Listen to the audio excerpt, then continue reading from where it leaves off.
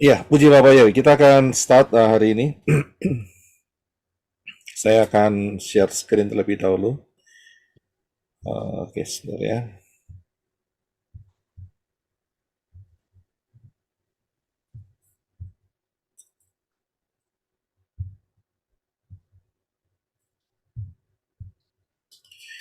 Iya, haleluya. Pembahasan hari ini mengenai sepak terjang ekor naga. Ya, sepak Oh iya, terjang ekor naga. Oke, puji Bapak Yoi. udah sorry. Shalom saudara-saudara, sorry itu lagu apa? Itu memang dari Bapak Yahweh, bukan dari Angel atau siapa-siapa, tapi dari Bapak Yahweh yang Bapak Yahweh beri kepada Mami. Angel tidak arrange secara musik apapun, tapi melodinya benar-benar dari Bapak Yahweh. Mhm. Amin. Haleluya. Terima kasih Angel. Ya, luar biasa. Ya, puji Bapak Yoi. Kita akan masuk di dalam pembahasan hari ini.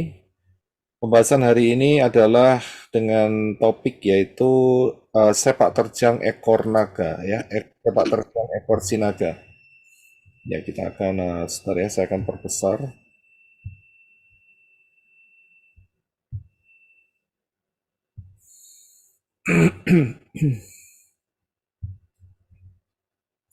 Ya, jadi hari ini kita akan masuk di dalam pembahasan sepak terjang ekor sinaga. Ya, hari ini adalah Januari tanggal 5 ya, Sabat pertama dari tahun 2024. Haleluya.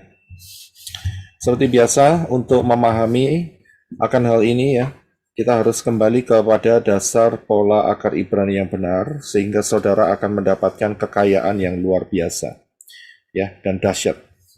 Nah, dan juga di dalam akar pola Ibrani yang benar itu punya kekayaan yang luar biasa.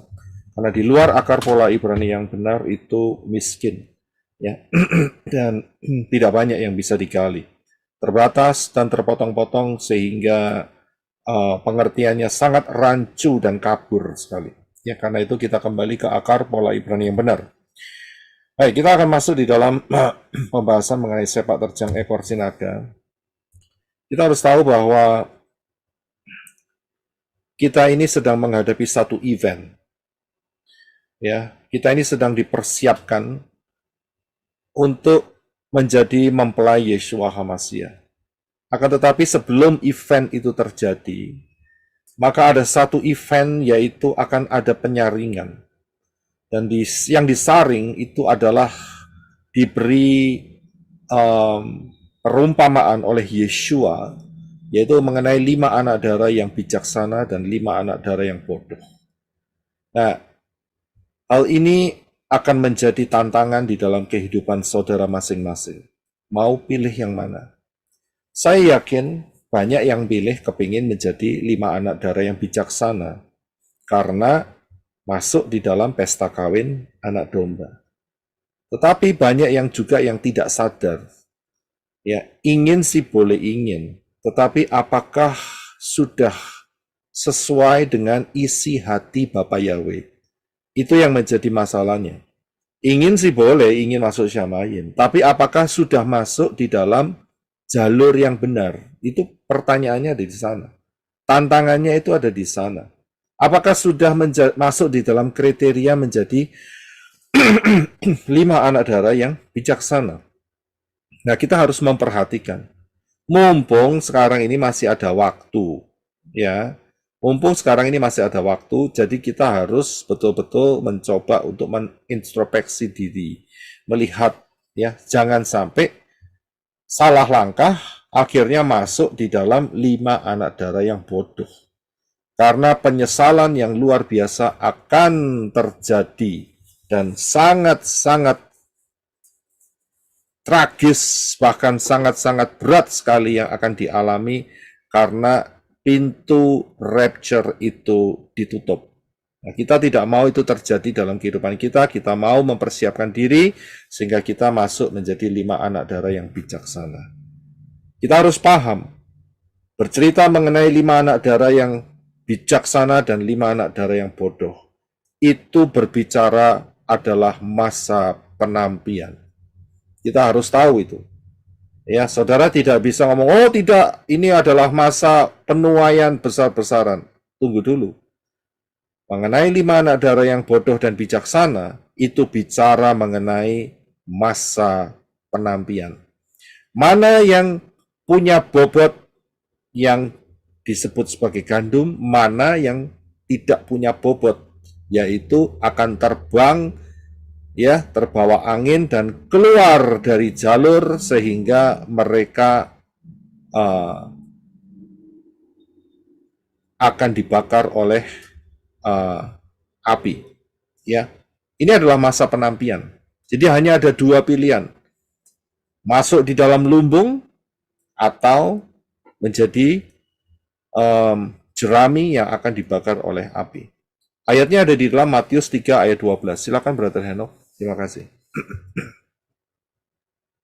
Di tangannya ada alat penampi untuk membersihkan tempat pengirikannya, dan dia akan mengumpulkan gandum ke dalam lumbungnya. Tetapi jerami akan dibakarnya dengan api yang tidak terpadamkan. Iya, terima kasih. Ini di tangan siapa? Yaitu di tangan Yeshua. Ya, Yeshua memanggil banyak orang untuk masuk di dalam kerajaannya. Tetapi apakah semua masuk? Ternyata kalau kita lihat di kebenaran Dafar Elohim, tidak semua akan masuk. Ya, karena itu kita harus hati-hati. Jangan sampai meremehkan masa penampian ini. Ya, masa ini bahaya sekali, saudara. Zaman-zaman ini sangat-sangat berbahaya. Karena itu saudara harus memperhatikan. Ingat, kesyamayim itu tidak gandeng-gandengan. Saudara tidak bisa masuk syamayim gandol seseorang. Ya, oh dia kan percaya Bapak Yawi lebih sungguh-sungguh dari saya. Dan kemudian saudara gandol. Tidak bisa. Sendiri-sendiri, saudara. Ini satu masa yang betul-betul penampian. Mengapa? Kita sudah melihat banyak kesaksian, banyak yang menjadi beban. Ya, kita sudah percaya Bapak ya dalam Yeshua, tapi anak-anak belum, saudara belum, orang tua belum, ya, ada teman dekat juga belum. Ini penampian. Padahal waktu bergulir sebegitu cepat. Tahun 2023 itu cepatnya luar biasa. Sekarang kita sudah masuk. Dan tidak lama lagi nanti kita akan merayakan Pesah, saudara. Cepat sekali. Nggak lama lagi Shavuot. Nggak lama lagi kita sudah 5785, saudara. Ya, cepat sekali. Di satu sisi, waktu tidak bisa dibendung. Ya, terus berjalan dengan cepat. Tapi di satu sisi, orang-orang ini kok nggak tobat-tobat gitu loh. Ya kan? Padahal untuk mencapai posisi 5 anak darah yang bijaksana itu butuh waktu, saudara. Ya, apakah cukup waktunya? Ini dia. Ini masa yang betul-betul penampian. Ya, lebih banyak orang yang meremehkan. Nah, kita akan masuk lebih dalam. Jadi kita harus hati-hati ya. Masa ini adalah masa penampian. Saudara coba perhatikan baik-baik posisi iman saudara ada di mana. Ya. Karena apa? Kita harus tahu bahwa di dalam masa-masa seperti sekarang ini, ya ada fase-fase penyaringan. Ya, ada yang disaring, saudara. Ternyata ada yang tidak sungguh-sungguh, ada yang juga untuk setengah-setengah, ada yang cuma main-main, ada yang menantang. Itu sifat manusia mah banyak sekali, saudara. Ya, kita harus tahu di dalam perjalanan iman ini ada fase-fasenya juga, saudara. Ya, itu buat orang-orang mereka. Tetapi buat saudara juga, ya di dalam perjalanan iman saudara, di depan itu ada fase-fase yang merupakan fase penentuan. Ambil keputusan. Ya. Kalau keputusannya salah, maka akan hasilnya juga keliru, salah. Destiny-nya juga akan keliru, saudara. Ya, nggak masuk syamayim, ketinggalan, kan repot ceritanya. Kita harus hati-hati. Coba saudara perhatikan hari ini dalam kehidupan saudara supaya betul-betul jalan saudara itu terjaga.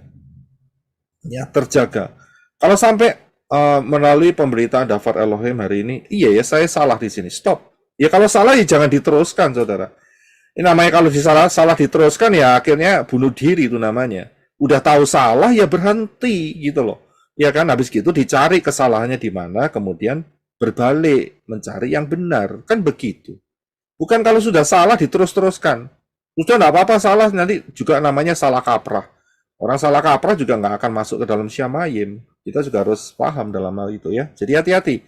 Langkah-langkah saudara perhatikan baik-baik. Kita semakin mendekati masa penggenapan loh. Yaitu di mana um,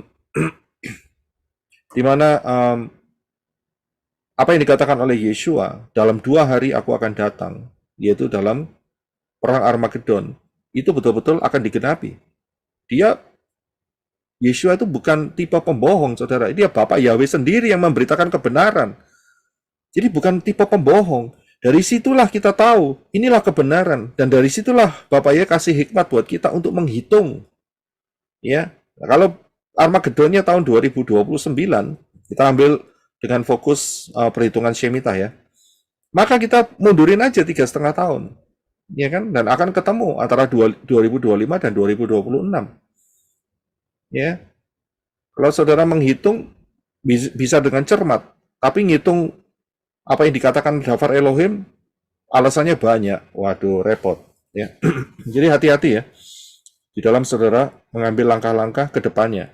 Kita sudah semakin lama semakin dekat nih.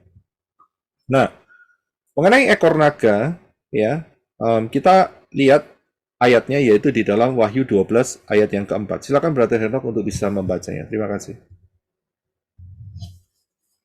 Ekornya menyeret sepertiga bintang-bintang di langit, dan ia melemparkannya ke bumi.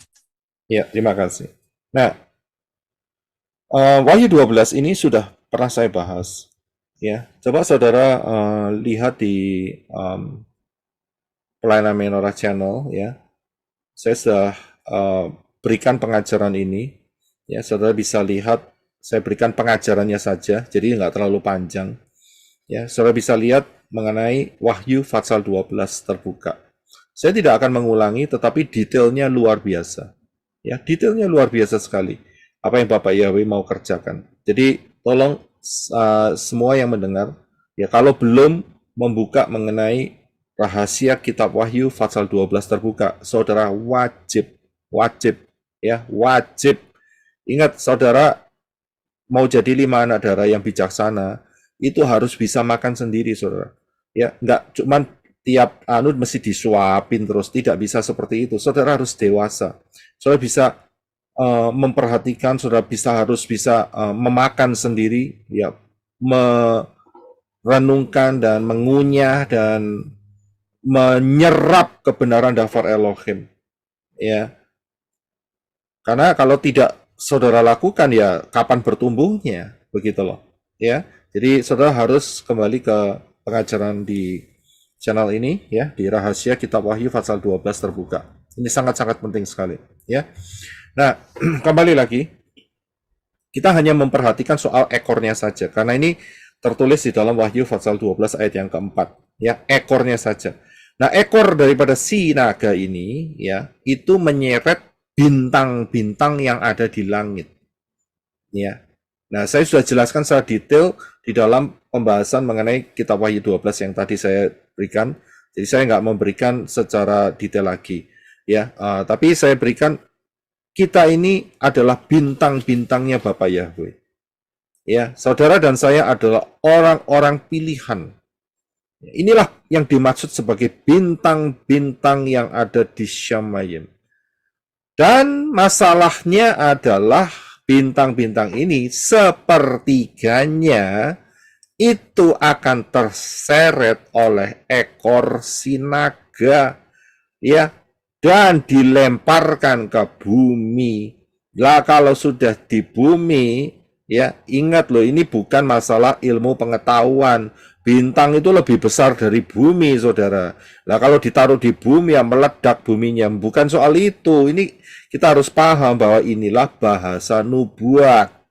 Ya, jadi bintang-bintang itu merepresentasikan adalah orang-orang pilihan daripada Yeshua HaMashiach. Akan tetapi, di dalam zaman akhir ini, sepertiganya akan dijatuhkan. Nah, kalau sudah dijatuhkan, posisinya di mana? Di Syamayim atau di langit atau di bumi? Ya jelas di bumi, namanya jatuh. Berarti posisinya berubah, nggak jadi bintang lagi. Inilah yang ditargetkan oleh si naga ini dengan menggunakan ekornya. Nah, kesalahan banyak orang adalah meremehkan ekor. Ya, kesalahan banyak orang ini nih. Ya, cuman ekor, nggak ada masalah begitu ya. Tapi disinilah sepertiga bintang itu hancur, rontok, pindah posisi, tidak lagi jadi orang-orang pilihan Bapak Yahweh. Ya, inilah yang kita harus perhatikan baik-baik. Ya, jangan meremehkan ekor. Ya, kalau masih belum zaman akhir, ya mungkin saudara masih bisa meremehkan. Tapi sekarang saya sudah katakan di atas, kita ini ada di masa penyaringan. Karena itu kita tidak bisa meremehkan. Apalagi di dalam Wahyu 12 ini sudah dikasih tahu secara gamblang, hati-hati dengan ekornya si naga.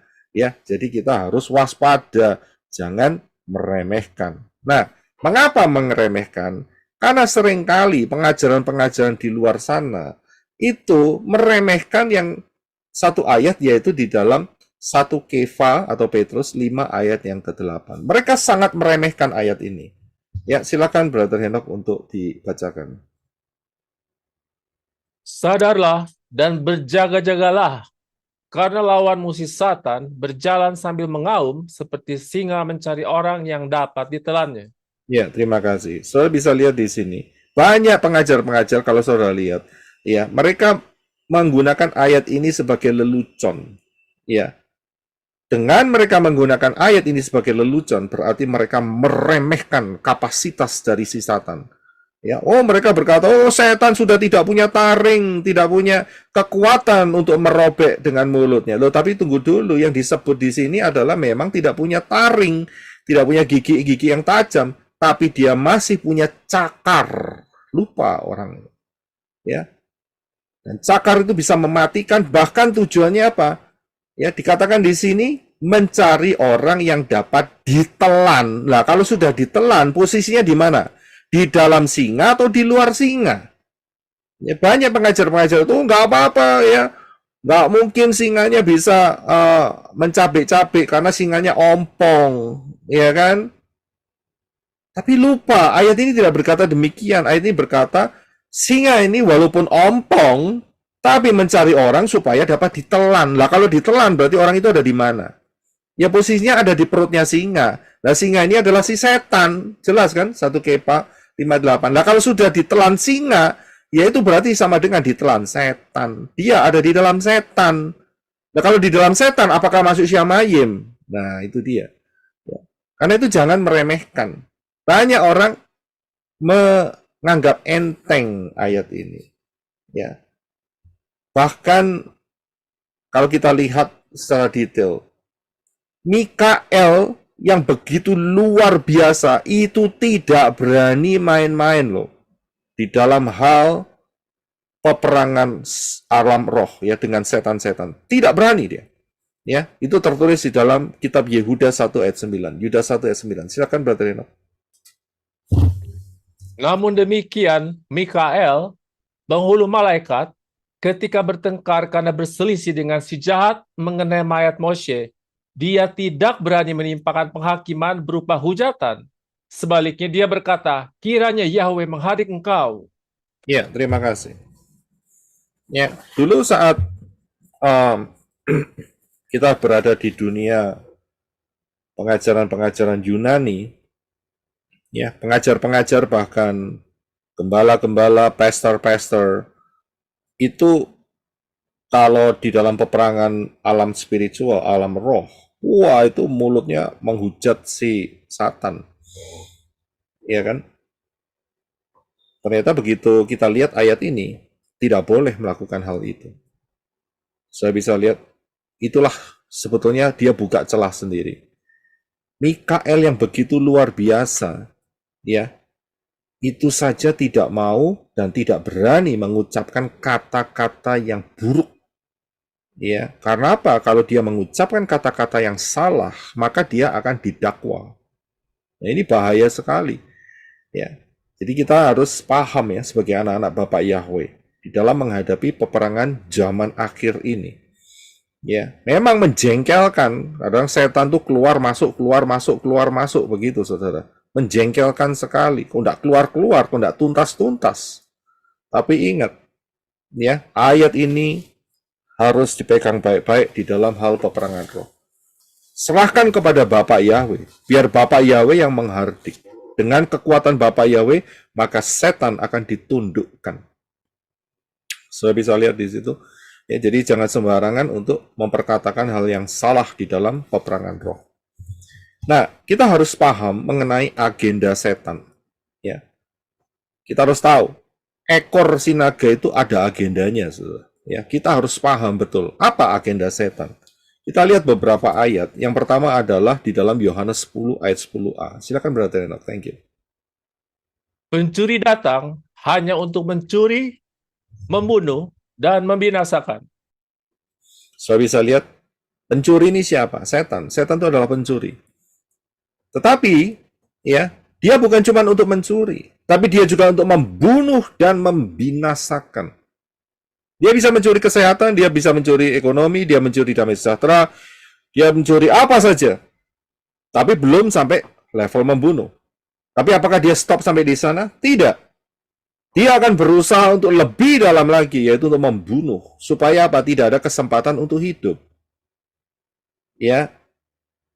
Dan targetnya dia bukan cuma untuk membunuh. Lah kalau dibunuh kemudian masuk Syamayim, lah rugi dia. Begitu loh. Ya kan? Jadi, dia punya target yang paling terakhir, yaitu membinasakan. Supaya apa? Supaya orang itu masuk ke dalam lautan api bersama-sama dengan dia. Begitu loh. Ya, jadi hati-hati, agenda ini sering dilupakan. Sering dilupakan. Ya. Mereka berkata, oh enggak apa-apa, itu sudah tradisi. Ya sudah, kalau sudah ngomong enggak apa-apa, berarti dia sudah tercuri dan siap-siap disembelih sama si setan.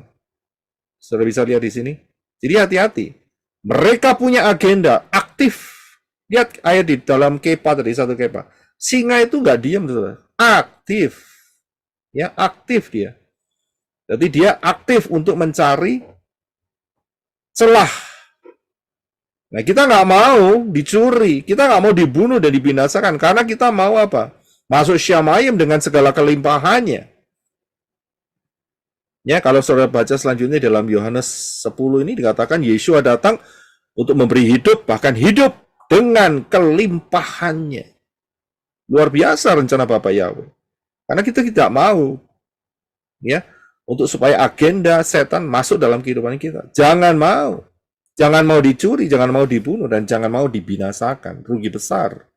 Ingat loh, ini masalah kekekalan. Ya, kalau satu kali masuk ke kekekalan itu tidak bisa pindah tempat, saudara. Yang sudah masuk di dalam alam maut, penyiksaan, nggak bisa pindah, ya, ke paradise, nggak bisa. Ya, nggak ada itu namanya purgatori, itu nggak ada, itu bohong itu. Ya, lemak ikan itu bohong besar itu, najis mulutnya. Ya, kucing menjilat itu, menjijikkan itu. Kita harus tahu, ya, itu tipu muslihat Satan. Kita harus kokoh, jangan sampai dicuri. Pengertian-pengertian yang baik dalam kehidupan saudara jangan sampai dicuri. Ya, jangan dipengaruhi. Ada orang yang mempengaruhi, tidak tahu saat waktunya kedatangan Yeshua. Jangan terpengaruh. Kita sudah lihat, saya sudah berikan banyak pengajaran, ya, mengenai pola yang Bapak Yahweh. Ini cinta Bapak Yahweh supaya kita betul-betul siap loh sebagai 5 anak darah yang bijaksana. Yang kedua, di dalam Matius 24 ayat 24, ini mengenai agenda daripada si Satan. Silakan Brother Enoch, terima kasih. Sebab Mesias-Mesias palsu dan nabi-nabi palsu akan bermunculan, dan mereka akan memberi tanda-tanda yang dahsyat dan keajaiban-keajaiban sehingga menyesatkan. Bahkan jika mungkin, mereka juga bermaksud menyesatkan orang-orang pilihan. Ya, terima kasih. Saya bisa lihat target mereka. Target mereka itu bukan orang-orang mereka, orang-orangnya mereka, tidak. Orang-orang mereka sudah ada di tangan mereka, mereka nggak bingung. Ya, yang mereka targetkan adalah orang-orang pilihan. Nah, orang-orang pilihan ini nggak banyak, ya nggak banyak, sedikit. Udah sedikit dipotong lagi sepertiga, saudara. Lebih sedikit lagi. Tapi banyak orang yang terpengaruh dengan kalau gereja itu nggak besar, ya, itu ada yang salah.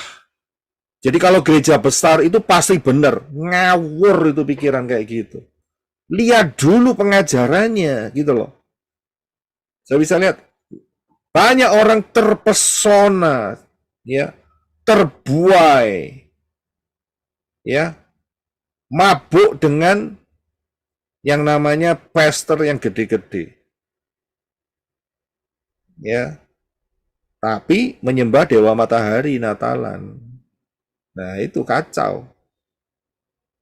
Ya, manusia itu mengerikan, saudara. Kalau saudara bisa dengan rendah hati untuk belajar di tempat ini bukan satu kebetulan.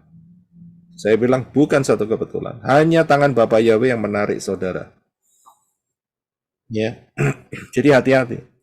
Mereka punya agenda dan pakai cara, banyak cara, pakai tanda-tanda dahsyat, keajaiban-keajaiban, kesembuhan, ya, kesulitan ekonomi dipulihkan, apapun mereka bisa pakai. Tapi ingat, mujizat itu bukan faktor penting untuk keselamatan.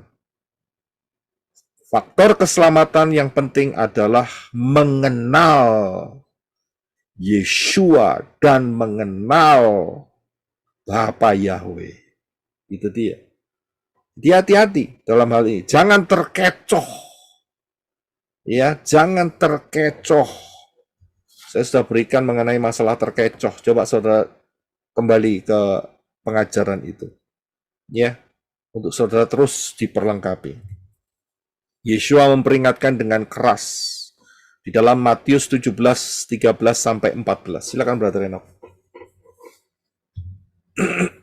Masuklah melalui pintu yang sempit, karena lebarlah pintu dan lapanglah jalan yang menuju kepada kebinasaan, dan banyak orang yang masuk melaluinya. Sebab sempitlah pintu dan sesaklah jalan yang menuju kepada kehidupan, dan sedikit orang yang mendapatkannya. Terima kasih. Yeshua sendiri sudah ngomong. Banyak orang masuk ke dalam kebinasaan. Nah, apa saudara mau masuk di dalam grup itu? Itu pertanyaan kan begitu.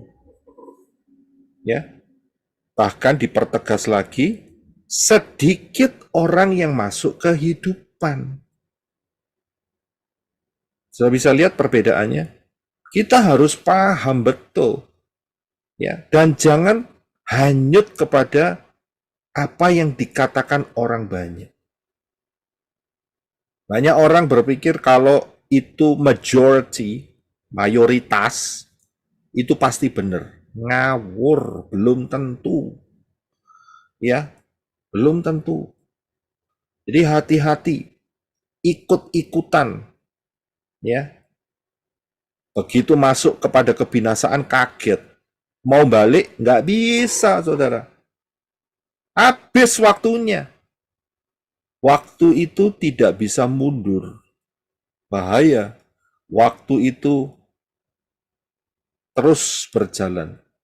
Dan setiap manusia di muka bumi ini dikasih waktu 24 jam. Sama semua. Sama semua. Pertanyaannya, ada yang pakai dengan bijaksana, ada yang tidak. Itu dia. Saudara harus paham. Yeshua beri peringatan yang betul-betul keras. Masuklah melalui pintu yang sempit. Masuk, tapi Yeshua tidak dorong saudara. Memaksa, tidak. Yeshua hanya bilang, masuklah, kamu harus melangkah sendiri. Saudara mesti melangkah. Lah kalau nggak melangkah, ya hanyut, saudara. Ya hanyut. Ya jadi yang bakal rapture tuh sedikit, hati-hati, saudara. Ya, nah ada hal-hal yang perlu kita perhatikan. Ya, dan ini sangat-sangat penting. Sebetulnya pembahasan mengenai ekor sinaga ini, siapa terjangnya ini luas. Luas, saudara. Tapi saya persempit aja untuk masalah mengenai yang menjatuhkan bintang-bintang di langit. Karena itu ada beberapa hal yang perlu sangat penting diperhatikan. Perhatikan bahwa baptisan itu bukan langkah terakhir. Tetapi baptisan adalah langkah awal. Ini penting. Banyak berpikir, oh, aku sudah dibaptis di dalam nama Yahweh, dalam nama Yeshua dan ruah Yahweh Elohim. Ya, berarti selesailah sudah perjalanan imanku. Ngawur, saya bilang. Salah besar kalau berpikir seperti itu. Ya, jadi harus perhatikan bahwa baptisan itu adalah langkah awal di dalam journey perjalanan saudara untuk berjalan bersama-sama dengan Yeshua. Saudara harus betul-betul memahami hal ini. Di dalam perjalanan inilah yang akan menentukan imanmu. Inilah yang akan menentukan langkah-langkahmu ke depan. Ya. Memang baptisan adalah syarat yang mutlak untuk harus dimasukin. Kalau orang tidak mau menerima baptisan, tetapi mau percaya kepada Bapa Yahweh dalam Yeshua HaMashiach, tetapi tidak mau dibaptis di dalam nama Yahweh, nama Yeshua, berarti orang itu sama dengan asbun, asal bunyi, tong kosong, nyaring bunyinya.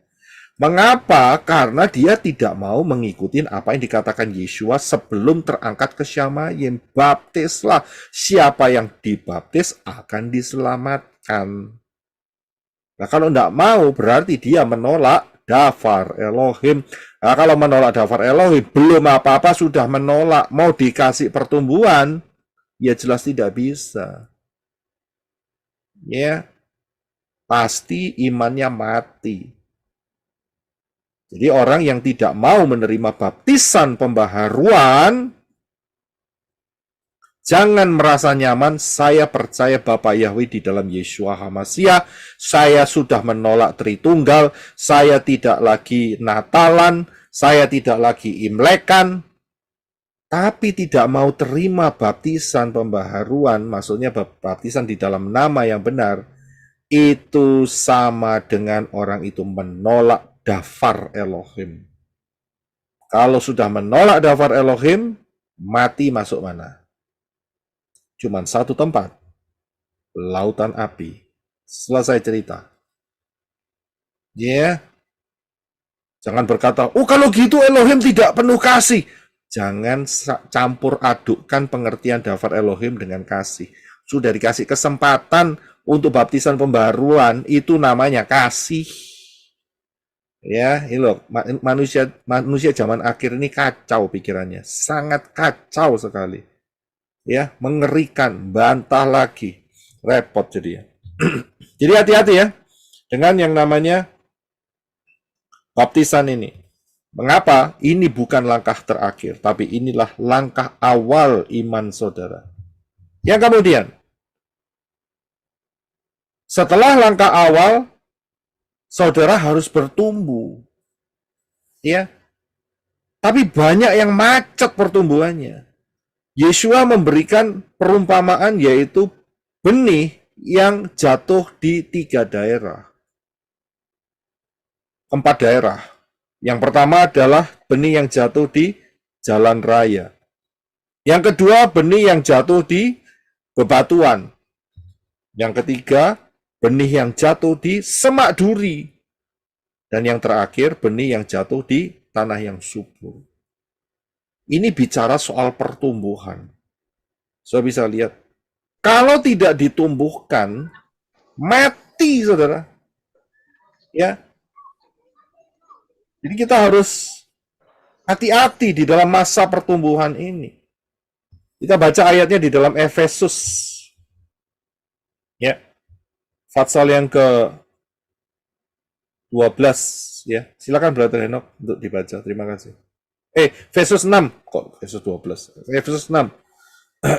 Sorry, ketutupan screen saya. Sebab perjuangan kita bukanlah melawan darah dan daging, melainkan melawan penguasa-penguasa, melawan otoritas-otoritas, melawan penghulu-penghulu kegelapan di dunia ini, melawan roh-roh jahat di udara. Sebab itu gunakanlah seluruh perlengkapan senjata Elohim, supaya kamu mampu melawannya pada hari yang jahat itu, dan kamu tetap berdiri setelah selesai mengerjakan segala sesuatunya.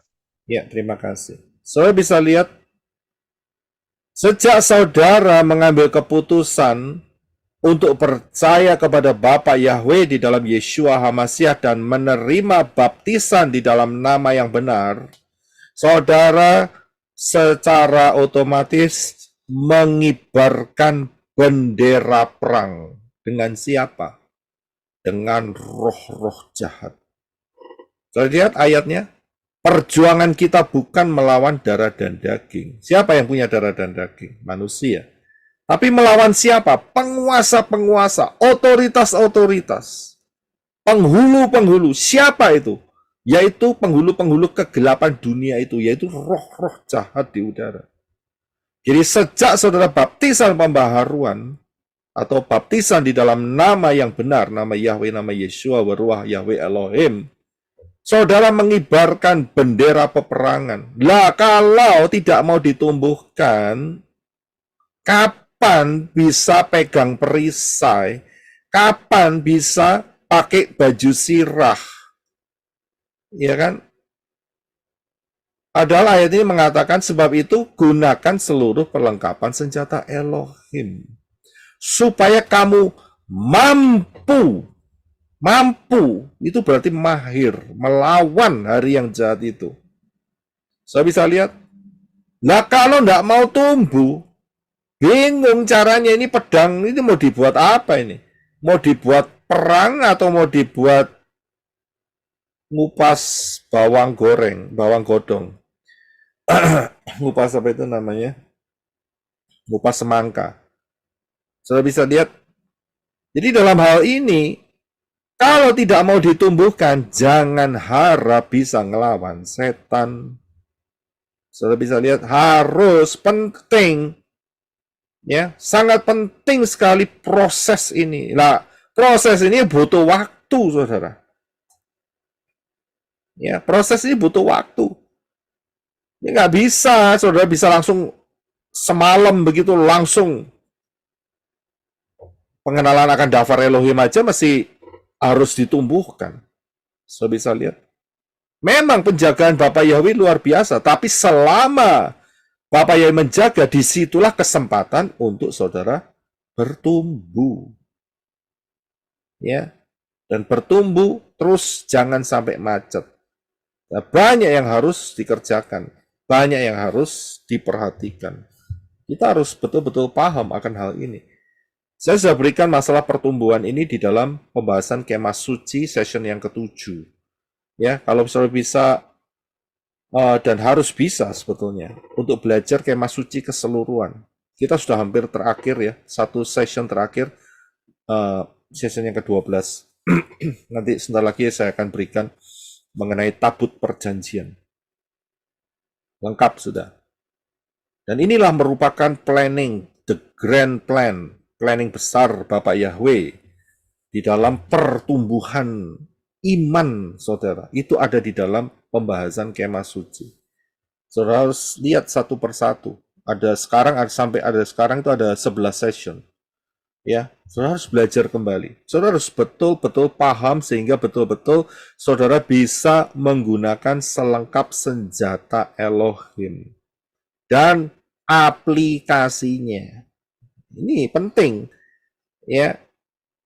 Jadi nggak sampai roh-roh jahat itu bisa menembus pertahanan saudara. Di dalam Ibrani 5 ayat 13 sampai 14. Silakan Brother Henok. Terima kasih. Setiap orang yang masih membutuhkan susu, ia masih kanak-kanak dan tidak cakap dalam ajaran firman kebenaran. Tetapi makanan keras adalah untuk orang dewasa, yaitu mereka yang memiliki kepekaan yang terlatih, sehingga dapat mengenal yang baik dan yang jahat. Ya, terima kasih. Betapa pentingnya saudara harus makan. Ya, bayi saja dia harus minum susu, makan sesuatu untuk ditumbuhkan. Dan kalau sudah tumbuh, harus bisa makan makanan yang keras. Secara fisik aja kita ngerti kok betapa pentingnya makanan itu. Tapi di dalam hal rohani banyak yang menyepelekan. Kembali lagi ke atas, banyak yang gagal karena apa? Meremehkan ekor. Sehingga apa? Mereka tidak punya kepekaan yang terlatih untuk tahu ini baik, ini jahat. Sikat aja semua, kacau. Saya bisa lihat, harus bisa membedakan, ini boleh, ini tidak boleh. Aplikasinya bagaimana? Banyak, sangat banyak sekali. Ya, karena ini saya berikan dasar fondasinya dulu, sehingga saudara betul paham saat saudara melihat peristiwa-peristiwa, pengajaran-pengajaran, saudara mulai terlatih. Ya, mulai terlatih. Banyak orang yang mengata-ngatai channel ini. Saya bilang, rugi sendiri. Saya nggak rugi dikata-katain, saya ambil mahkota mereka. Haleluya, tambah banyak. Tapi saudara rugi sendiri. Mengapa? Begitu saudara mengata-ngatai, ya, maka pembukaan daftar Elohim berhenti dalam hidup saudara. Berhenti pasti. Ya, kalau itu berhenti, berarti saudara tidak tumbuh. Kalau sudah tidak tumbuh, berarti saudara tidak memiliki kepekaan yang terlatih. Nggak bisa kenal yang baik dan jahat, celah saudara terbuka dan disikat oleh setan. Selesai cerita. Binasa. Itu sebuah proses. Pertumbuhan aja proses kok. Kejatuhan pun itu juga adalah proses. Jadi saudara hati-hati ya. Berani menerima makanan yang keras. Tapi seringkali juga begini, oh makanan keras itu untuk si dia tuh. Untuk si dia tuh, untuk si itu tuh. Gitu. Padahal dirinya masih kanak-kanak. Tapi ngelemparnya ke orang lain. Ini nggak beres ini. Ya. Makanan keras untuk dimakan diri sendiri. Supaya tumbuh. Ya. Saya kasih tahu makanan keras ini bukan kompiang. Tahu kompiang? Yang Surabaya pasti tahu kompiang. Madiun tahu. Tahu ya kompiang ya. Ya. Tahu. Nah, yang pakai gigi palsu hati-hati. Lengket gigi palsunya, ya. Di kompiangnya. Kok hilang gigiku? Ya udah ketelan kena sama kompiangnya. Ya, saudara hati-hati. Ya, makanan keras itu adalah hal-hal yang ingat loh, ini kita nggak bicara soal makanan, kita bicara soal pengajaran. Pengajaran yang keras yang berdasarkan firman Elohim itu adalah untuk orang-orang yang sudah dewasa.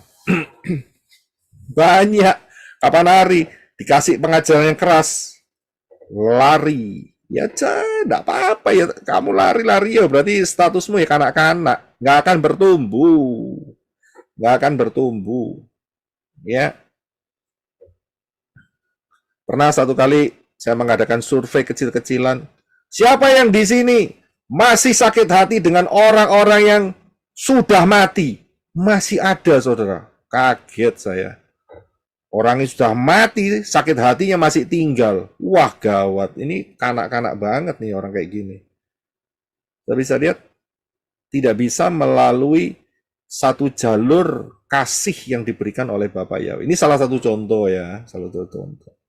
Jadi kita harus memiliki kepekaan yang terlatih. Oh ini baik, ini jahat, ini harus ditinggalkan dan ini harus dikembangkan. Ya, jadi harus paham. Kenapa? Karena kalau nggak bisa melatih hal yang baik atau yang buruk, nggak bisa tahu, semua disosop, tahu disosop ya. disosor semua, ya, disosop. Wah, itu bahasa Surabaya enak sekali itu. Apa ya bahasa? Bahasa bahasa baku Indonesia dilahap, ya. Gak ngerti yang dilahap itu racun, ya mati, saudara. Karena nggak bisa bedain. Sakit perut diterusin aja, mati akhirnya. Yang rugi siapa? Ya saudara sendiri kalau rugi kalau begitu. Saya bisa lihat pengajaran-pengajaran masukkan semua, ya. Akhirnya jadi lemah mati nggak jadi lemah, ya, sakit nggak diobati akhirnya mati ujung-ujungnya. Ya salahnya sendiri makan. Ingat loh, kita nggak ngomong soal makanan, tapi ini saya bicara soal pengajaran. Kita harus hati-hati dalam hal ini. Ya, saudara jangan berpikir, wah setan udah kalah. Oh, tunggu dulu. Sebelum kita masuk di dalam kerajaan 1000 tahun, ya, tapi buat saudara dan saya untuk masuk dalam rapture, kita harus tetap waspada dengan Lukas 4 ayat 13. Silakan Brother Enoch, terima kasih. Thank you.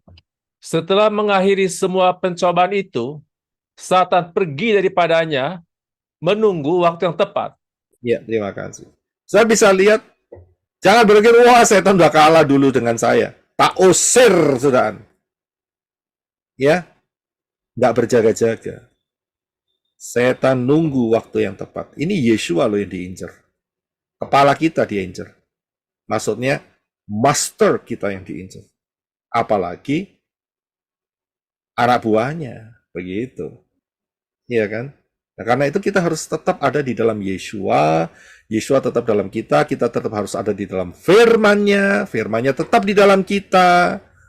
Ya, sehingga kita terus waspada dengan menggunakan selengkap senjata Elohim. Tidak ada celah yang terbuka. Setannya kehabisan waktu. Nah, kita udah rapture, aman, dapat tubuh kemuliaan. Begitu ceritanya, saudara. Ya, jangan merasa, oh setan sudah kalah. Ya kan? Kemudian lepas kontrol, buka celah, sikat sama setan. Bahaya sekali. Ingat loh, setan tuh targetnya itu bukan cuman orang-orang tertentu. Bayi rohani ditarget, kanak-kanak rohani ditarget, remaja rohani ditarget, dewasa rohani ditarget juga. Masuk orang yang sudah pakai perlengkapan senjata Elohim. Mana yang paling aman? Yang paling aman ya yang pakai senjata. Mengapa? Karena mahir untuk berperang dengan perisai iman, menghancurkan panah-panah berapi dari si Satan.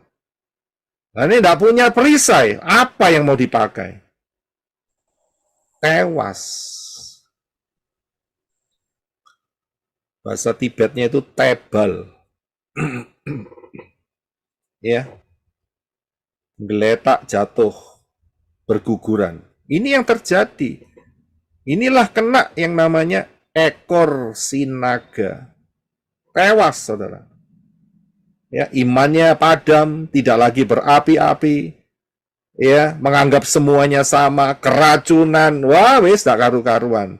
Hancur hidupnya. Lautan apilah yang menjadi bagiannya. Saudara yang memberikan penentuan atas hidup saudara. Hati-hati. Target ini jelas. Nah, apa sepak terjang ekor sinaga ini? Ya, beberapa hal yang harus kita perhatikan. Yaitu Matius 7 ayat 15. Di luarnya seperti domba, tetapi sesungguhnya adalah. Nah, coba baca di dalam Matius 7:15. Silakan Brother Enoch. Terima kasih. Namun berhati-hatilah terhadap nabi-nabi palsu yang datang kepadamu. Mereka berpakaian bulu domba, padahal di dalamnya mereka adalah serigala yang buas. Thank you. Di luar seperti domba, tetapi sesungguhnya mereka adalah serigala yang buas. Banyak yang meremehkan. Oh, nggak apa-apa, kulitnya podo. Kulitnya sama-sama seperti domba. Nggak ngertinya serigala, saudara. Habis hidupnya. Ingat loh, hidup cuman sekali. Salah langkah, Ya, bahasa Norwegianya adalah Modjar. Ngerti ya? Ya, Pak. Betul ya? Betul. Yang dari Kalimantan ngerti nggak Modjar? Yang dari Jakarta ngerti nggak Modjar? Oh, dia ngerti Pak Roy. Modjar. Ya. Jatuh, limbangan hancur. Ya. Jadi hati-hati. Ya. Hati-hati. Nabi-nabi itu memberikan apa? Memberikan pengajaran. Namun berhati-hatilah terhadap pengajar-pengajar palsu. Hati-hati, saudara. Ya, jangan sembarangan meneguk pengajaran. Ya, bisa mules perut saudara. Sudah mules, nggak selesai-selesai, akhirnya modjar, mati. Jadi kita harus hati-hati dengan sepak terjang si naga ini ekornya. Yang berikutnya, sepak terjang si naga ini juga mempengaruhi pola pikir manusia, yaitu dengan cara mengkultus individukan seseorang atau grup. Wah, nek iki wong sing iki ngomong wis pasti bener. Nah, itu dia. Pasti bener ini kalau orang ini pasti ngomong. Padahal mulutnya keluarnya racun. Kebenaran itu hanya ada di Dafar Elohim. Ya. Orang-orang yang tidak mau tumbuh, itu biasanya mereka selalu melihat figur. Tapi mereka tidak mampu melihat Dafar Elohim. Wah, ini bahaya sekali, saudara. Sangat-sangat bahaya. Ini sepak terjang satanik yang halus. Ya. Jadi kalau orang ini ngomong dianggap benar, sudah pasti benar. Tunggu dulu, cek dulu dengan Dafar Elohim gitu loh. Ya, jangan sembarang ditelan begitu aja ya. Mules saudara, ngerti ya? Udah mules, murus-murus, ngerti murus-murus ya? Ya, itu bahasa Itali. Udah mules, murus-murus, akhirnya modjar, 3M. Mules, murus, modjar. Waduh, ini kalau nggak ada translationnya bahaya nih. Ya, mules tahu ya, murus tahu ya, gitu ya. Tahu, Pak. Ya, Ibu Rina tahu, Podo Surabaya nih. Ya kan? Kurang satu Iya, mencret, Pak. tahu, Pak. Murus, Pak. Murus. Ya. Apa itu murus? Bukan ngurus loh, bukan ngurus. Ngurus tuh ngatur. Ya, murus. Ya. Diare. Nah, itu dia. Oh, Nah, jadi setelah pules diare gitu ya, sakit diare. Gak sembuh-sembuh. Nah, kalau sudah diare kan airnya terbuang banyak. Ya, mati lama-lama kehabisan air. Ya kan? Modjar 3M, 3M. Ya. Jadi harus hati-hati. Kemudian dasar kebenaran itu adalah Dafar Elohim, bukan kata manusia. Cek dulu. Nah, gitu loh. Ya. Jadi harus dicek apakah Dafar Elohim mengatakan demikian. Kalau iya, dilihat dulu dengan sudut pandang yang benar. Polanya harus benar. Lah baru benar. Karena Dafar Elohim ini juga diacak-acak, saudara. Dipotong-potong, diacak-acak, dikembangkan. Ya. Jadi racun. Ya, hati-hati, saudara. Ya, jangan sampai melakukan hal seperti itu. Saudara berkata, mana mungkin Dafar Elohim jadi racun? Loh, mungkin. Nggak percaya, ada gambarannya. Gambarannya apa? Mana. Mana itu kalau ditinggal 1 hari, besoknya itu ada ulatnya dan berbau busuk. Sudah bisa lihat, hati-hati. Cara penanganan mana yang tidak benar, itu bisa jadi racun, saudara. Kenapa? Karena dikembangkan seenaknya sendiri. Diacak-acak ayatnya, dipotong-potong, keracunan itu orang luar semua di sana. Ya, didoktrinasi yang tidak benar, akhirnya keracunan. Mati, saudara. 3M. Mules, murus, modiar. Ya. Jadi kita harus kembali ke dafar Elohim yang benar dengan pola sudut pandang yang benar. Lihat Yeshua. Yeshua berkata, akulah jalan dan kebenaran dan hidup. Betul kan? Ya, lihat Yeshua. Kemudian, sepak terjang ekor naga apalagi? Yaitu membuat kabur. Ini bukan kabur lari ya, membuat kabur untuk dapat melihat kebenaran daftar Elohim. Nggak bisa lihat dengan jelas. Ini ada spirit yang menguasai orang-orang itu. Nggak bisa lihat. Posisi dengan jelas loh, nggak bisa lihat. Diublek-ublek, nggak karu-karuan. Oh ya, dicampur aduk, nggak karu-karuan. Ya, pengertiannya dicampur aduk. Pengertian sebelum masa sebelum kematian Yeshua dan sesudah kebangkitan Yeshua, diaduk-aduk nggak karu-karuan. Ini sepak terjangnya si Nogo.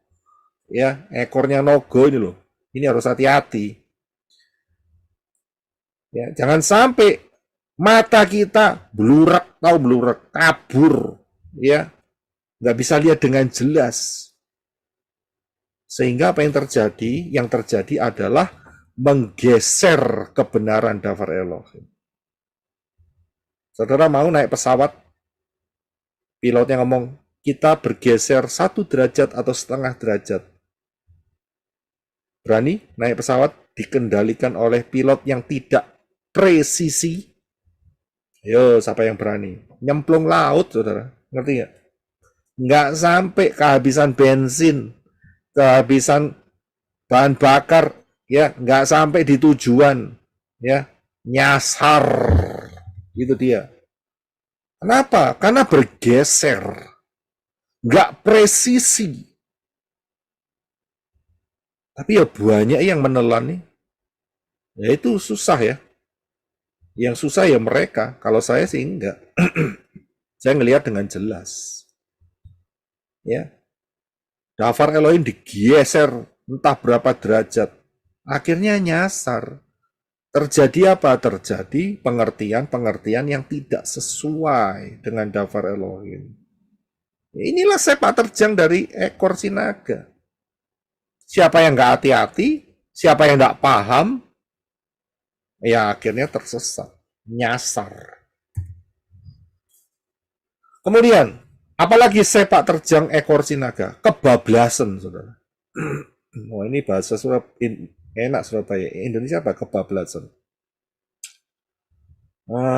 Saya butuh translator bahasa Indonesia nih. Kebablasan. Terlanjur, Pak. Kelewatan atau terlanjur. Terlewatan. Kok kurang tepat rasanya ya? Kebablasan. Ya. Kelewatan kadang-kadang itu miss kan? Ya. Jadi kebablasan itu saya gini loh. Ya, saya jelaskan aja lah. Kembali ke akar Ibrani, tapi ya semuanya disikat, semuanya nggak dipilah-pilah. Oh ini bener, ini nggak bener gitu loh. Ya kan sikat semua kebablasan. Ya diserap semuanya. Adat istiadatnya sak detail-detail serap semuanya. Padahal Bapak Yahweh tidak menginginkan seperti itu. Ya, kebablasan. Sampai-sampai ada yang nanti kalau bait suci ketiga berdiri, ya, dia akan berziarah ke sana. Wah, ini spiritnya buruk sekali nih, kebablasan. Padahal mengenai hal itu sudah dijelaskan di dalam Ibrani pasal 10. Siapa yang mampir mengikuti upacara itu berarti menghina atau menginjak-injak darah Yeshua. Tapi kebablasan saudara orang ini. Sangat bahaya sekali.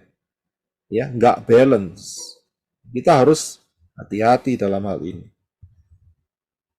Nah, ini yang saya temukan fenomena-fenomena aneh di tahun 2023. Ya, dari penjelasan yang di atas. Ingat ya, saya berikan ini supaya saudara paham. Jangan sampai saudara masuk di kategori yang masuk di grup sepertiga yang akan dijatuhkan oleh ekor sinaga. Jadi saudara coba cek ya, beberapa hal yang saya sampaikan dengan fenomena-fenomena tahun 2023. Yang pertama adalah spirit hybrid. Yeshua itu sama dengan Yesus. Akarnya di mana? Akarnya adalah karena ada statement yang selalu dipublikasikan berulang-ulang. Ini sepak terjangnya si ekor naga. Yeshua yang di Indonesia lebih dikenal dengan Yesus. Ini ngaco. Sangat-sangat ngaco. Saya sudah berikan pembahasannya ya.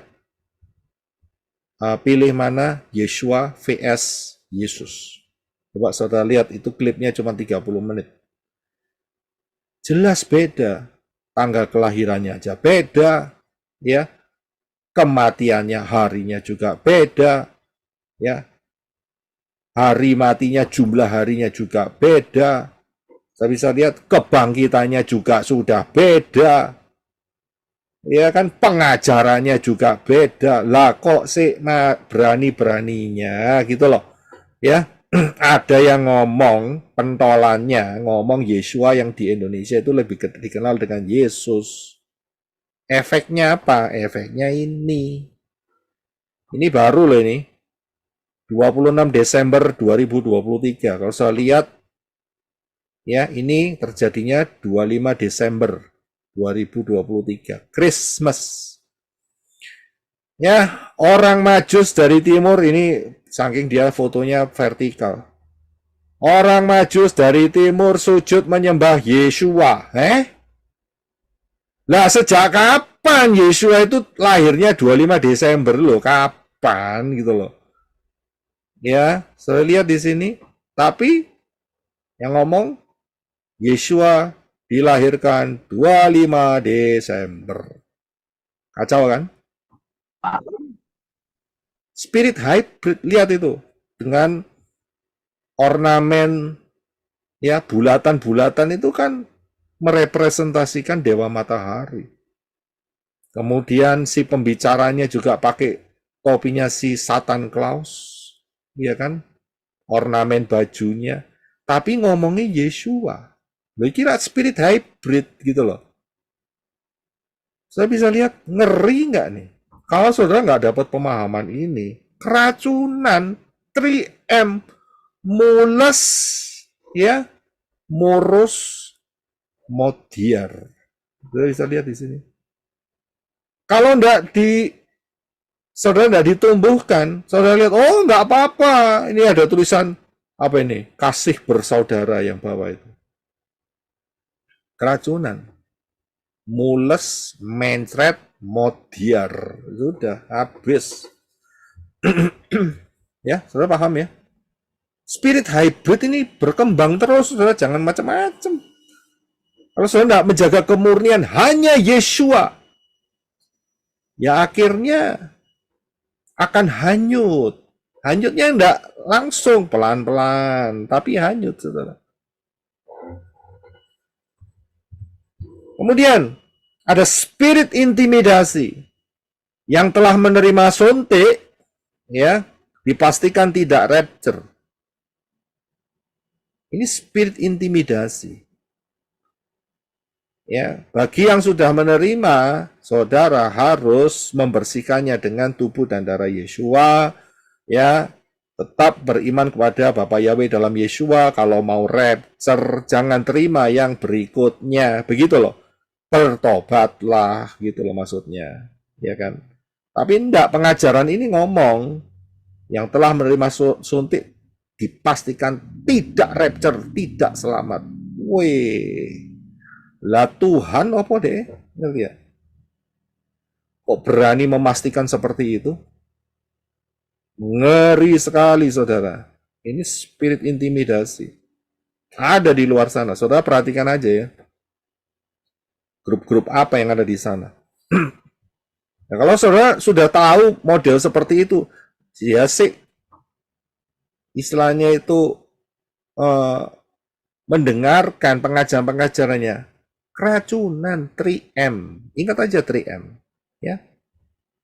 Mules, ya, murus, dan modiar.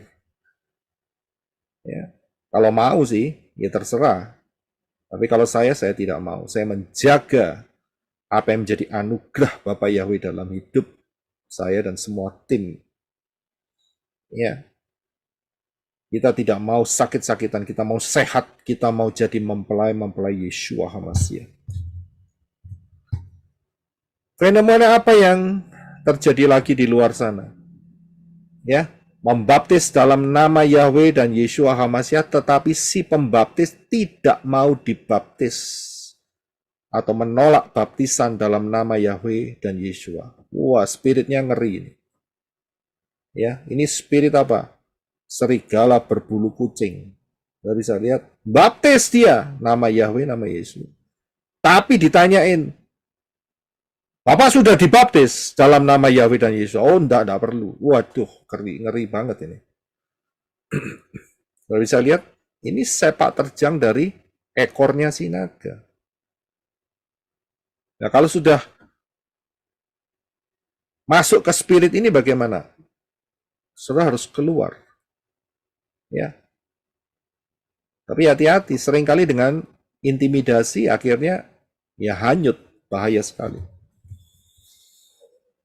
Tahun 2023 saya juga menemukan fenomena yang aneh, yaitu yang pertama, dibaptis dalam nama Bapa, Yeshua HaMashiach, dan Roh Kudus. Dan yang kedua, dibaptis dalam nama Yahweh, Sang Anak, dan Roh Kudus. Benar atau benar? Jawabannya adalah dua-duanya salah. Mengapa salah? Format benar. Bapaknya siapa namanya? Ya Bapak Yahweh harus disebut. Anak siapa? Ya Yeshua. Sang Mesias itu harus disebut. Dan Ruah Yahweh Elohim.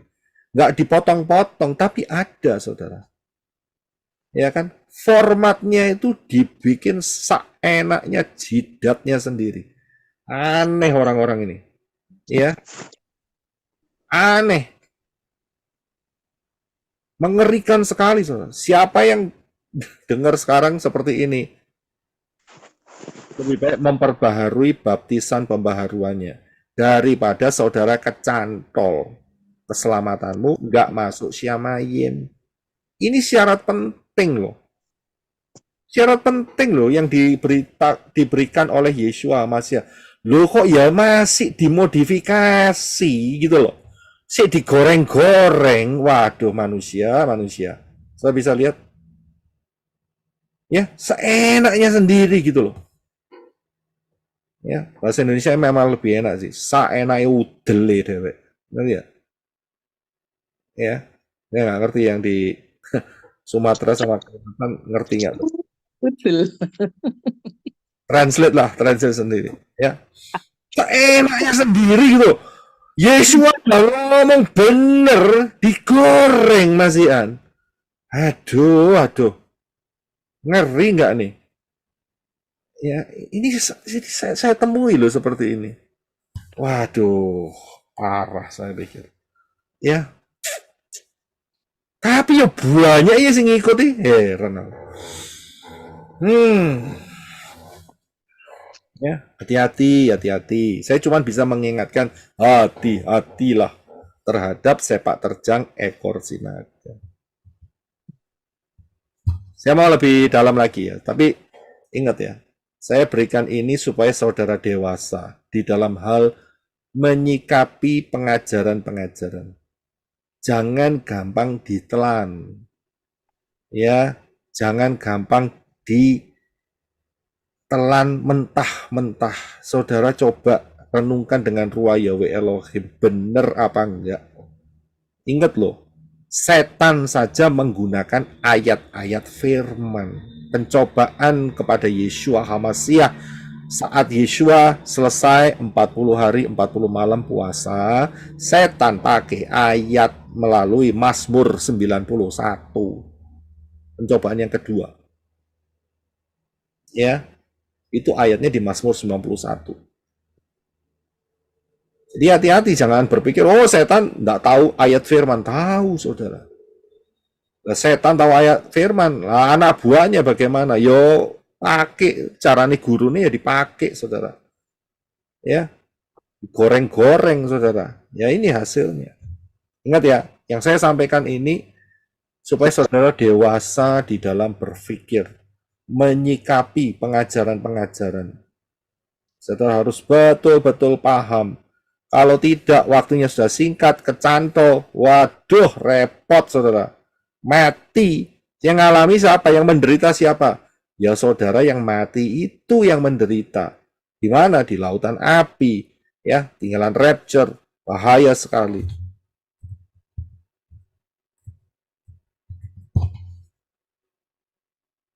Ya, siapa yang tahu mengenai peristiwa Tisha B'Av?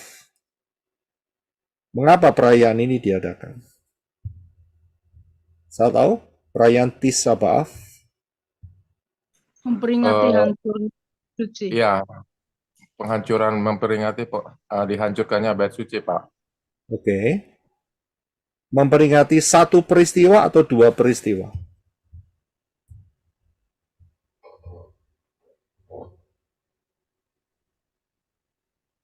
Dua peristiwa kayaknya. Dua peristiwa. Kalau gitu peristiwa apa saja? Hancurnya bait suci, Terus?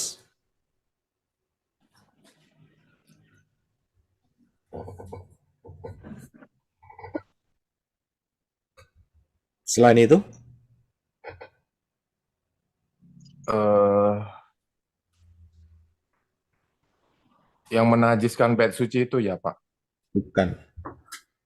Tisha B'Av itu adalah peristiwa perayaan, peringatan, ya, karena bait suci Elohim ada di Yerusalem itu hancur. Yang pertama dihancurkan oleh Nebukadnezar, dan yang kedua dihancurkan oleh siapa? Titus. Jenderal Titus. Dan peristiwa itu baru diadakan. Sudah bisa lihat, peristiwa itu terjadi seperti itu. Nah, sekarang pertanyaannya adalah, mengapa peristiwa itu terjadi? Ya kan? Kan kita harus lihat loh, sejarahnya gimana. Nah, kalau saudara tahu, saya tahu ada beberapa perayaan kecil di luar 7 hari raya. Siapa yang bisa sebutkan? Contohnya siapa? Contohnya apa?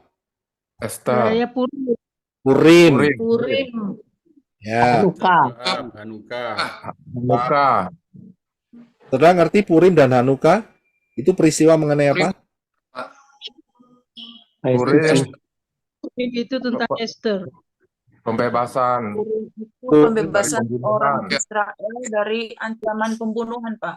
Nah ya, dari pembunuhan massal yang direncanakan oleh Haman. Betul ya? Nah, sedangkan Hanukkah adalah peristiwa? Penyucian bait suci, Pak. Nah, saudara, Ya, penajiskan kembali. caranya di Daniel Fatsal yang ke-8. Betul ya? Bukan kembali. Ya.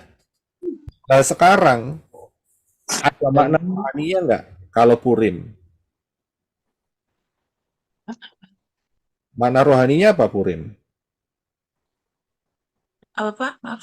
Makna rohaninya Purim. Kita ngomong yang Hari raya yang kecil ya. Makna rohaninya Hari Sukacita, keadaan. kembalikan keadaan. kembalian keadaan. Nah, sekarang hari raya Hanukkah. Oke, itu makna rohaninya apa?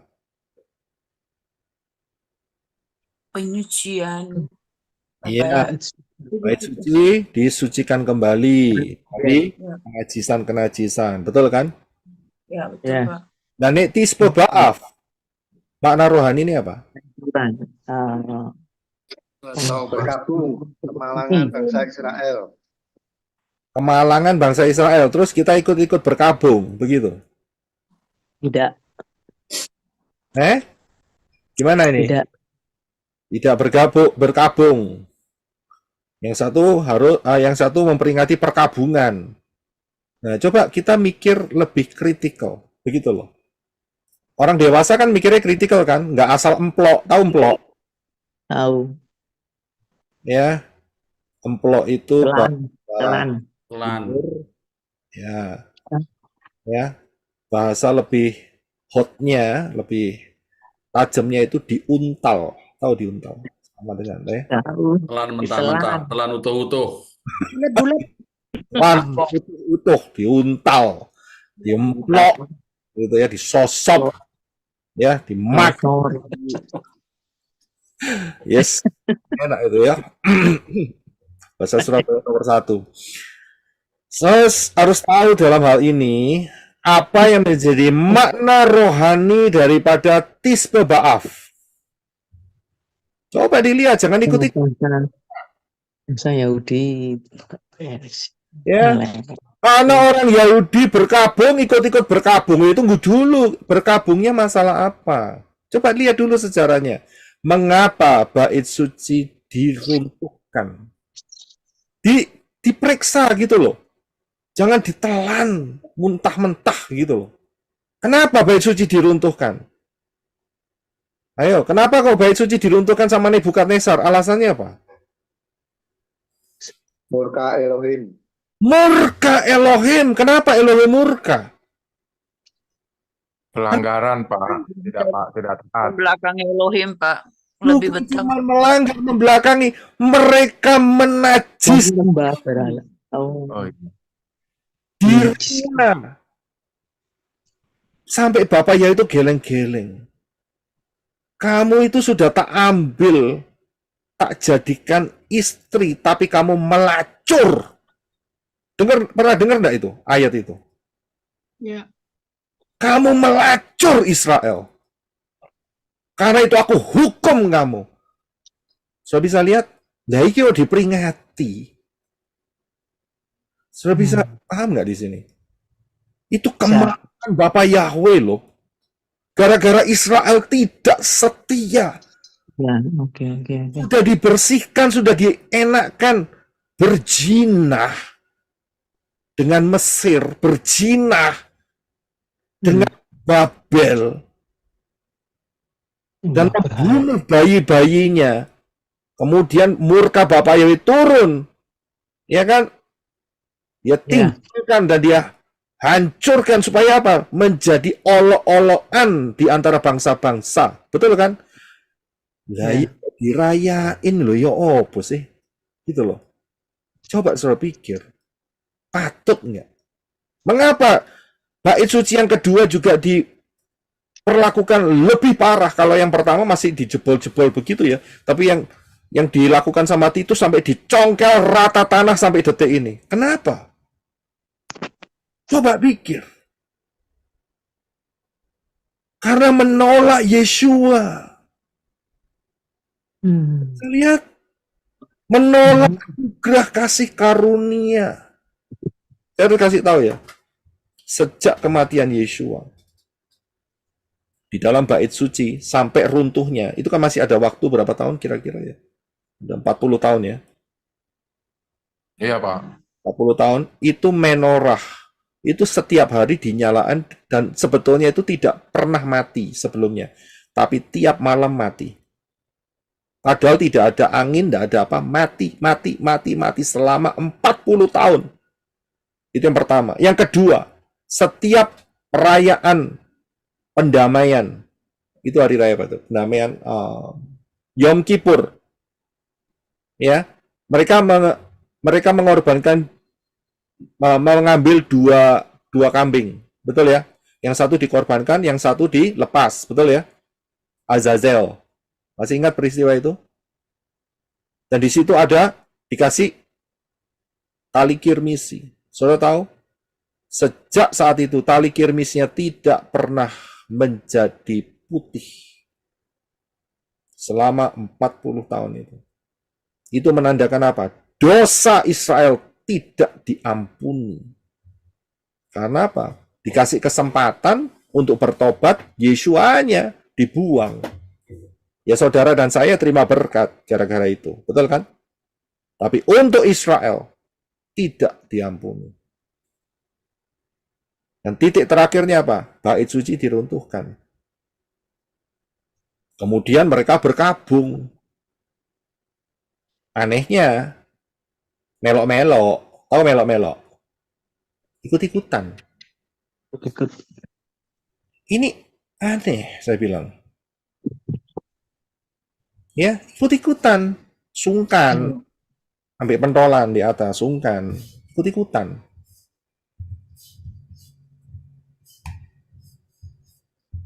Ya, kebablasan. Menyerap akar Ibrani itu jangan kebablasan, saudara. Saudara harus paham betul apa yang kita kerjakan. Itu namanya dewasa. Saya bisa lihat. Zaman Babylonian, Israel menyembah. Ayo, menyembah apa? Patung. Baal, Pak. Baal, Asitore, Amus, ya, Ratu Sorga. Pernah dengar Ratu Sorga? Siapa yang Kenapa? Siapa itu Ratu Kenapa? Sorga? Yo, siapa itu Ratu Sorga? Siapa Ratu Sorga? Kalau Maria. Maria. Diana, Pak. Ya memang, ya betul. Ya itu modernnya. Tapi kan kita ngomong saat itu kan Maria belum ada. Iya kan? Semiramis. Semiramis. Iya. Oh. Dewi Kuan Im juga, Pak. Gimana, Sister Ice? Dewi Kuan Im. Ya itu bagian timur. Ya. Itu bagian timurnya. Ya. Tapi mereka itu menyembah Ratu Sorga itu sudah ada. Mereka menyembah bala tentara langit bintang-bintang. Itu kekejian buat Bapak ya, buat di hadapan Bapak Yahweh. Saya bisa lihat di sini. Jadi itu zaman Babylonian. Nah, zaman Yeshua Israel nyembah apa? Yo.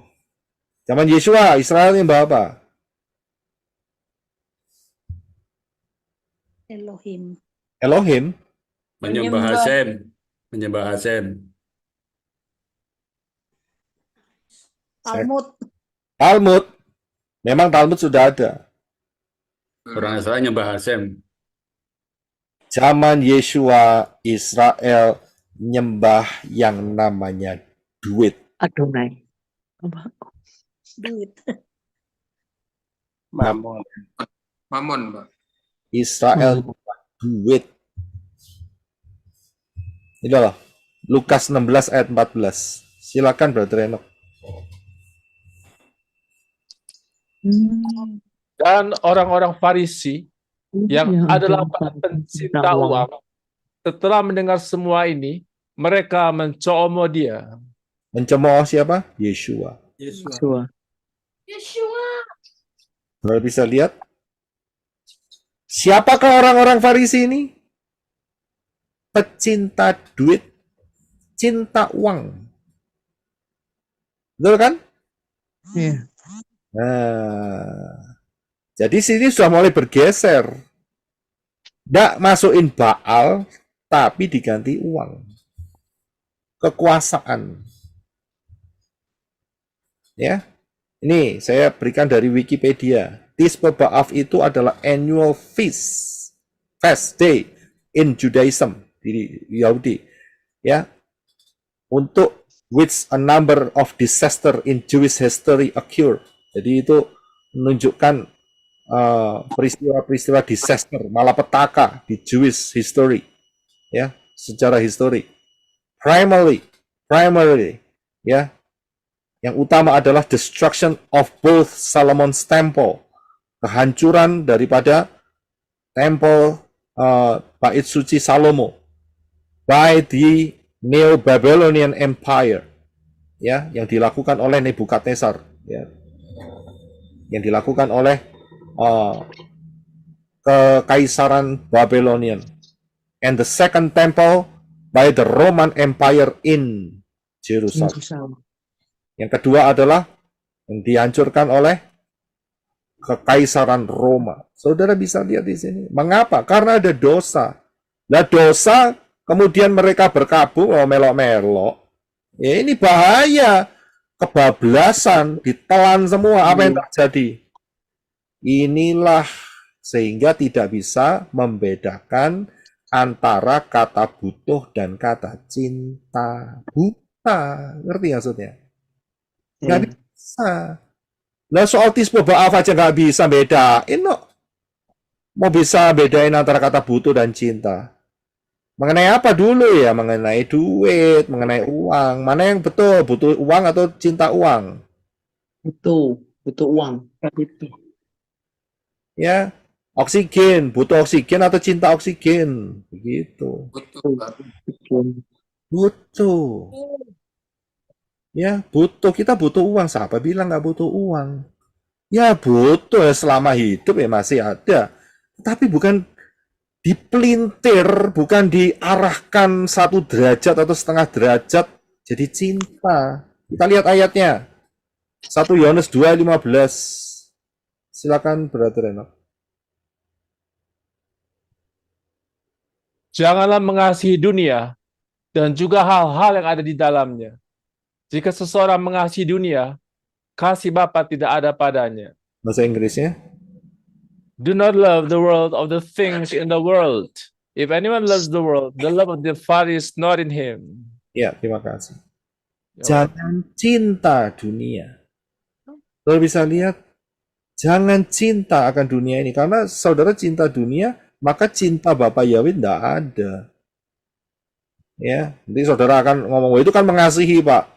Loh, dasari katanya bener kok, cinta kok. Cuman karena Indonesia aja dipermak, ya kan? Dipercantik jadi kata mengasihi. Itu kata cinta itu. Yang berikut, di dalam Matius 6:24. Silakan, Brother Enoch. Tidak seorang pun sanggup mengabdi kepada 2 tuan, karena ia akan membenci yang satu dan mengasihi yang lain, atau ia akan mematuhi yang satu dan mengabaikan yang lain. Kamu tidak dapat mengabdi kepada Elohim dan kepada Mammon. No one can serve 2 masters, for either he will hate the one and love the other, or else he will be loyal to the one and despise the other. You cannot serve God and Mammon. Yes, terima kasih. So bisa lihat di sini, penggunaan kata yang tidak tepat itu akan menjadi celah yang bagus untuk sepak terjang sinaga. Ekornya maksud saya. Wah, bagus. Pakai kata-kata yang memancing emosi dan pikiran yang salah. Nah, ini akhirnya apa? Sepak terjang ekor sinaga masuk. Pakai kata-kata yang benar, walaupun itu rodok aku, ya lebih baik sing benar. Buat apa gitu loh? Jelas siapa cinta dunia, maka cinta Bapa Yahweh tidak ada di orang itu. Jadi jangan mengada-ngada gitu loh. Ya. Coba saudara dewasa lah dalam hal ini. Saya perhatikan ya, kalau sampai terseret sepak terjang ekor sinaga, yang rugi diri sendiri. Ingat loh, sepertiga itu jatuh ke bumi. Ya, itulah yang menjadi bagian dari 5 anak darah yang bodoh. Ya, siapa mau makan setahun sekali? Nah, ini sudah sering dibahas. Berani makan setahun sekali? Lemas. Ya, habis gitu mau biar, ya kan? Makan setahun sekali.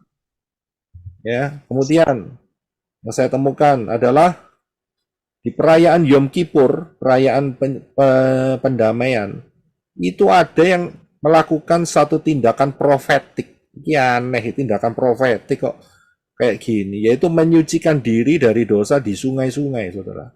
Gila nggak ini? Saya bilang, ngeri banget loh pikiran seperti ini.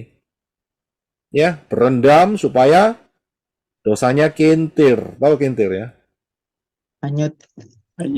Hanyut. Ini kan aneh gitu loh. Ini ya. Terus ada lagi sing aneh-aneh sah pokoknya.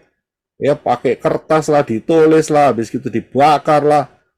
Lah mbok ya pakai darah Yesua, sudah dikasih jalan makanan itu tiap hari ya gampang kok. Aneh-aneh gitu loh. Ngerti maksudnya? Ya, Mbak.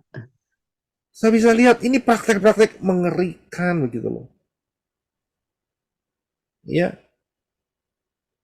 Lah saat berendam di sungai kok nggak ada Mas Kambang sing lewat gitu loh ya kan? Tahu ngerti ya maksudnya? Tahu. Ya kan? Kemudian dosanya dititipkan di Mas Kambang. Mas, kamu kan kintir ya, kamu kan mengalir. Tolong bawa dosa saya sekali gitu. Ngomong sama Mas Kambangnya, itu profetik kalau saya bilang. Wah, Ngerti maksudnya? Ya. Saya ngomong sing bahasa Indonesia baku rodok sungkan masalahnya. Ya. Saudara ngerti apa yang mengapung-ngapung di sungai-sungai itu? Ya itu dia, saudara. Mas Kambang. wangi-wangi itu Pak. Ya, ya pisang goreng Hmm. ada jenis. Ya, aneh gitu loh. Aduh, saya pikir gimana sih nalarnya ini? Anak-anak Bapak Yahweh yang mau rapture harus dewasa dalam pengertian daftar Elohim yang benar. Ya, saya sudah berikan di atas, jangan sampai kena sepak terjang ekor si naga. Saya sudah memperingatkan di awal tahun 2024 ini supaya saudara berjaga-jaga. Ya, pakai istilah yang benar, yang tepat, yang sesuai daftar Elohim. Ya, sehingga tidak terjadi fenomena yang aneh-aneh. Ya, Bapak Yahweh berkati. Sekarang tinggal saudara sendiri untuk milih. Mau jadi bintang yang tetap di langit atau mau jadi bintang yang jatuh di Tetap Jadi, di langit. ada di tangan saudara. Waktu terus bergulir, jangan main-main.